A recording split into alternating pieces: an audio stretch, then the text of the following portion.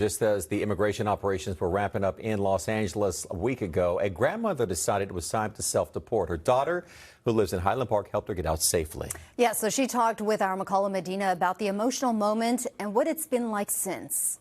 I'm angry, I'm sad, I'm disappointed. Julie never thought she'd have to say goodbye to her mom this way. She asked me, like, please don't cry. Blessing each other at the airport, Julie says it was almost hard not to cry. I knew that if she saw me with a smile, then she was going to be able to go into that plane and just be like, okay, I'm fine. Bye, Mom. Leaving behind her 3 adult children and 3 grandkids, her mom, Regina, boarded a plane back to Mexico. As soon as she turned the corner, that's when I broke down. Like, I couldn't.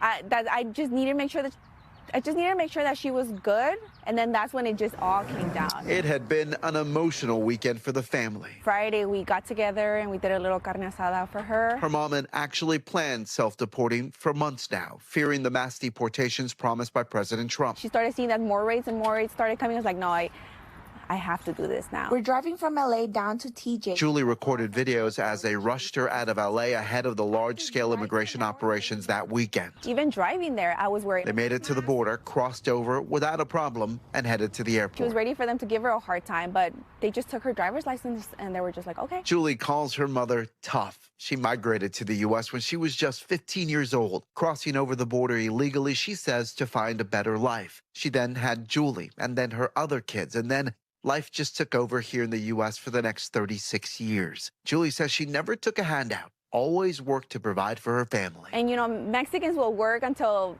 they're in the grave. And just like work, family is also important to her mom. And that's why if there is an upside to her mom leaving, this was it. She got to see her mom for the first time in decades. But to see her hug her mom, like, it just makes me feel like, no, everything's gonna be fine. Hola, mami, ¿cómo estás? They talk on FaceTime almost every day since she left. They set up a GoFundMe to help with the transition. Regina still puts on a pretty strong face until we asked her about missing her kids. Si me hablas de mi familia, no puedo hablar. She says, if you ask me about my family, I can't talk. She breaks down. She says it's hard to be separated, even knowing her kids can travel there to visit. She knows she can't travel back here. And as for Julie, who put up a pretty strong front for her family. I'm good under pressure, right? I think that's my superpower, right? About a week later, it caught up to her while she was on Instagram. I keep asking myself, am I doing the right thing? Did we do the right thing? Right or wrong, she says they still have to move forward. I keep telling myself like it's not the end of the world, she's fine. Figuring out life as a family, now separated. It was hard, but we're still hanging in there. In Highland Park, I'm Mekahlo Medino, NBC4 News.